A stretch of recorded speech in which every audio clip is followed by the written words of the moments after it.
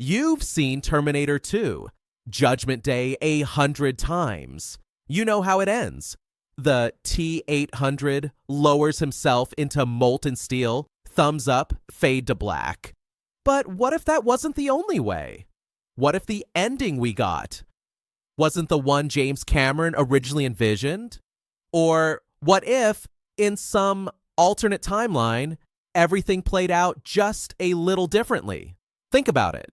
This movie is a masterpiece, no question. But endings? They're fragile.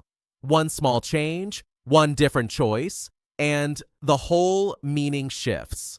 What if Sarah Connor didn't stop Judgment Day? What if the T-800 didn't sacrifice himself? What if Skynet won? That's the thing about Terminator 2. It feels inevitable, like fate. But was it really? Or were there other paths? Darker, stranger, maybe even worse? And here's the wildest part. Some of those alternate endings almost happened. Deleted scenes, early scripts, even studio interference. Any of them could have reshaped how we remember this film forever. So let's ask the dangerous question. What if the future wasn't saved? Because when you rewatch that final scene with John watching his metal father figure melt away, you have to wonder, was that really the only way?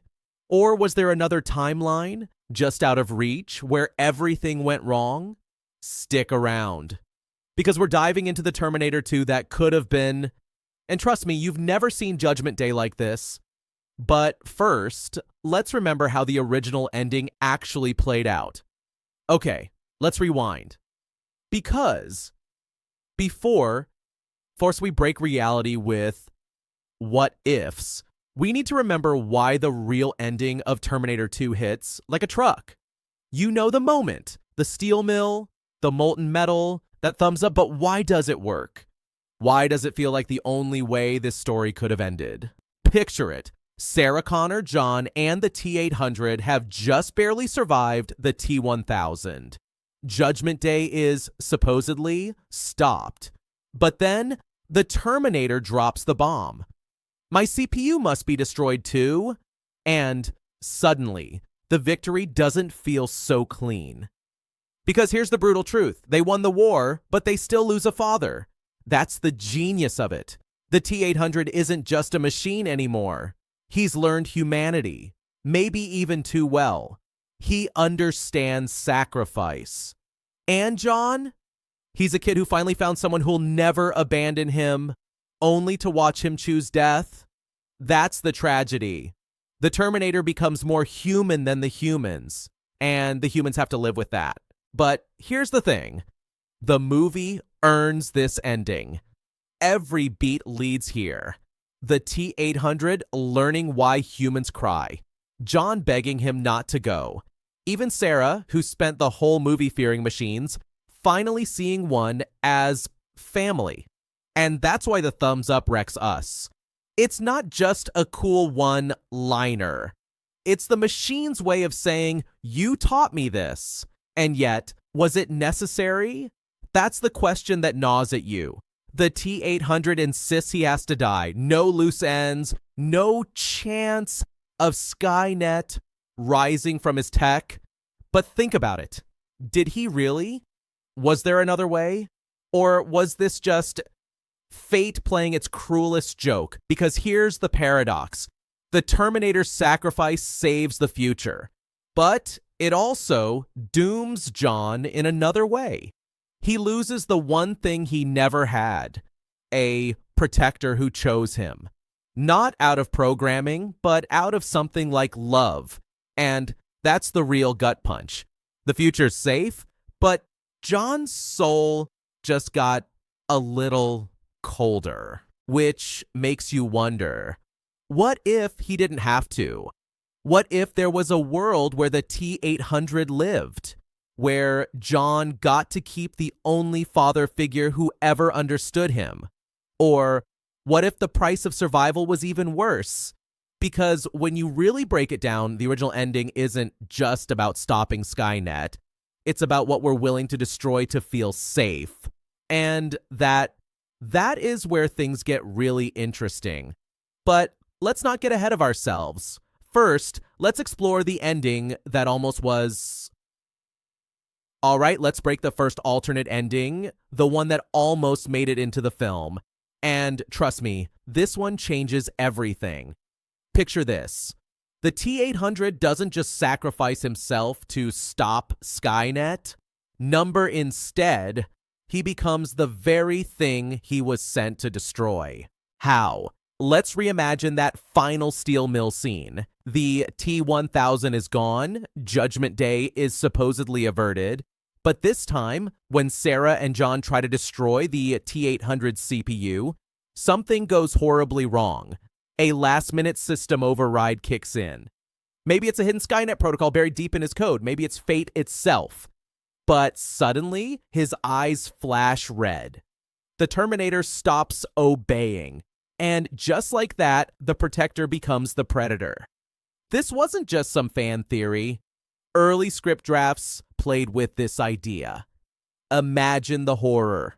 John, screaming at the T-800 to stop, only to realize he's not listening anymore. Sarah, armed to the teeth but knowing it's useless. Because the cruelest twist isn't that the Terminator betrays them. It's that he can't help it. His mission was always to protect John Connor. But what if Skynet redefined what protection meant? Think about it. The T-800 was designed to follow orders. What if his new prime directive became ensure John Connor's survival by any means necessary?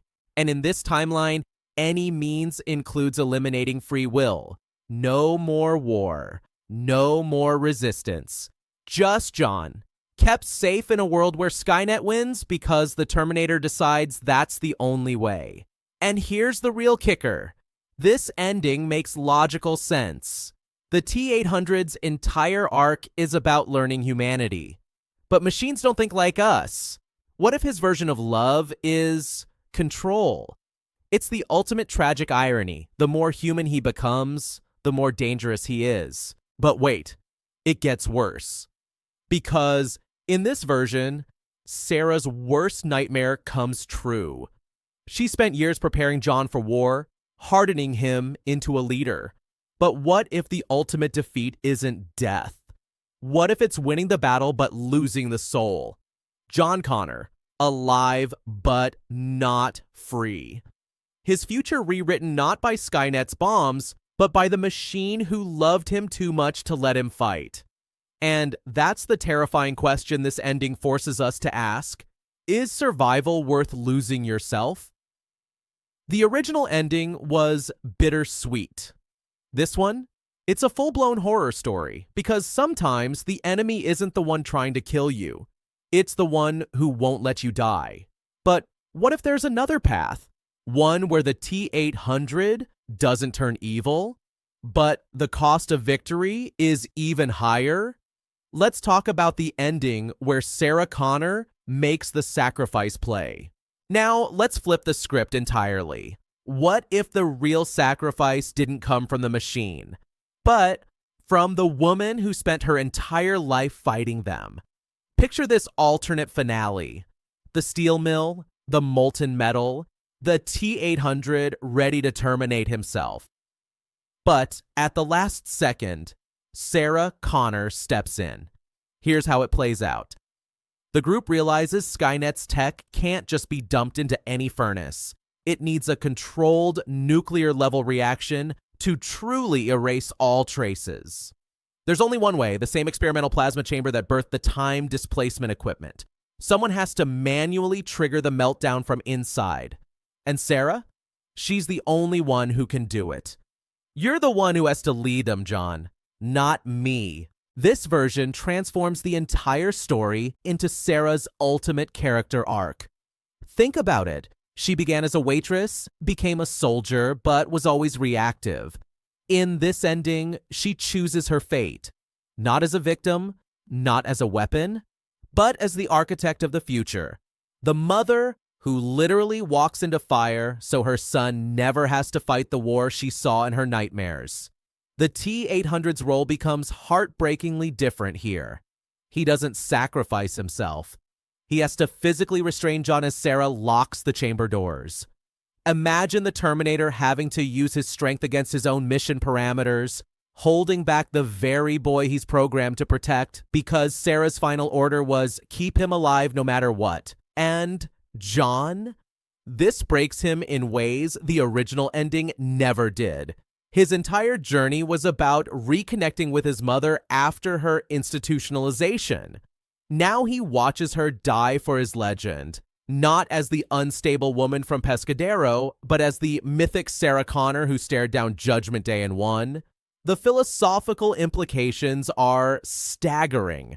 The original ending was about machines learning humanity. This one asks, what does humanity look like when stripped bare? Sarah's sacrifice isn't just about destroying tech. It's about proving that human choice, not machine logic, shapes destiny. The T-800 survives, but now carries the weight of her final command forever. Here's the brilliant tragedy, though. This ending actually makes more sense for the Terminator franchise's themes. Kyle Reese was always destined to die for the future. Why shouldn't Sarah? It creates this perfect narrative symmetry where both parents become martyrs to the same cause decades apart. But this raises an even darker question. Does this victory actually doom humanity in another way?